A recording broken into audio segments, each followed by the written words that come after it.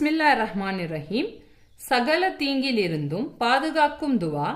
ஹஸ்ரத் அஃபான் ரலியல்லாஹ் கூறுகிறார்கள், எவர் இந்த துவாவை காலை மாலை 3 தடவை ஓதுவாரோ அவருக்கு எதுவும் எந்த தீங்கும் ஏற்படுத்த முடியாது என நபிகள் நாயகம் ஸல்லல்லாஹு அலைஹி வஸல்லம் அவர்கள் அருளியதாக ஹஸ்ரத் உஸ்மான் ரலியல்லாஹு அன்ஹு அவர்கள் கூறியதை நான் செவியுற்றேன். பிஸ்மில்லாஹில்லஸீ லா யதுர்ரு மா அஸ்மிஹி ஷைஉன் ஃபில் அர்ரி வலா ஃபிஸ் ஸமாஇ வஹுவஸ் ஸமீஉல் அலீம்.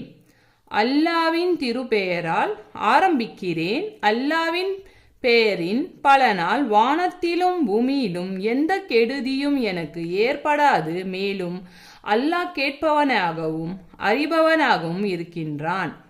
இந்த ஹதீஸை அறிவித்த ஹஸ்ரத் அஃபான் ரலியல்லாஹு அவர்களுக்கு வாதம் ஏற்பட்டதை கண்ட ஒருவர், நீங்களோ காலை மாலை ஓதும் துவாவை ஓதினால் எதுவும் எந்த தீங்கும் செய்யாது என்று கூறினீர்கள். ஆனால் இப்பொழுது உங்களுக்கே வாதம் ஏற்பட்டுவிட்டதே என்று கூறினார். அதற்கு அஃபான் ரலி அவர்கள், சந்தேகமின்றி நான் கூறிய துவா மிகவும் உண்மையானது. ஆனால் நான் தான் வாதம் ஏற்பட்ட அன்று அந்த துவாவை ஓதவில்லை என்று கூறினார்கள்.